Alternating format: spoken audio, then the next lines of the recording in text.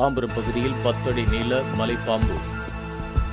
தாம்பரம் அருகே தனியார் ஆசிரம வளாகத்தில் 10 அடி நீளமுள்ள மலைப்பாம்பை தீயணைப்புத் துறையினர் பிடித்து வனத்துறையினரும் ஒப்படைத்தனர். தாம்பரம் அடுத்த சதானந்தபுரத்தில் உள்ள ஒரு தனியார் ஆசிரமத்தில் 10 அடி நீளமுள்ள மலைப்பாம்பு ஒன்று உலா வந்துள்ளது. அதனை பார்த்த நிர்வாகிகள் அதிர்ச்சியடைந்து உடனடியாக தீயணைப்புத் துறையினருக்கு தகவல் அளித்தனர். இதனையடுத்து அங்கு விரைந்த தீயணைப்பு வீரர்கள் மலைப்பாம்பை லாபகமாக பிடித்தனர். பிடித்த மலைப்பாம்பை பிளாஸ்டிக் ட்ரம்மில் அடைத்த நிலையில் வனத்துறைக்கு தகவல் அளித்து அவர்களிடம் ஒப்படைத்தனர். மலைப்பாம்பை பிடித்ததும் அங்குள்ளவர்கள் நிம்மதியடைந்தனர்.